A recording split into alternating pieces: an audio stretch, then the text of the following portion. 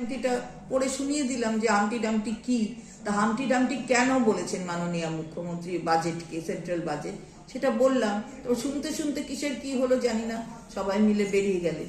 তো যাই হোক, যেটা করছেন যে আমরা নাকি কিছুই করি না, তো কিছুই না করলে আমরা বারবার আসি কেন? 15 বছরে আমরা যদি কিছুই না করি, মানুষ, মমতা বন্দ্যোপাধ্যায় আমার দলের সর্বোচ্চ নেত্রী এবং মুখ্যমন্ত্রী, তাকে করার জন্য এত উৎসুক হয়ে যান কেন?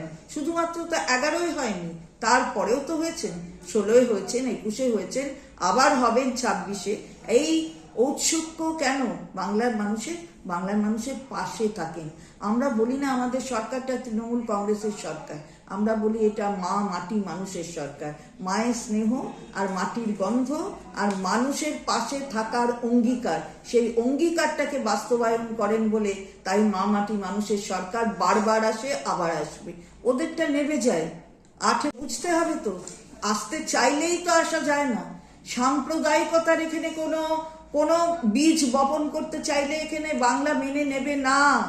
বাংলা স্বাধীনতার আগে থেকে ইতিহাস তৈরি করেছে, বাংলাই ইতিহাস তৈরি করেছে, আর বাংলাই স্বাধীনতা উত্তরকালেও ইতিহাস তৈরি করছে।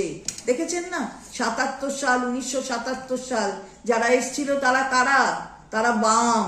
সেই বাম 34 বছরের জমানা শেষ হয়ে গেছে, আবার 77-এর গেরোয় পড়েছে, এসেছিল 77 জন, এবার আর হবে না।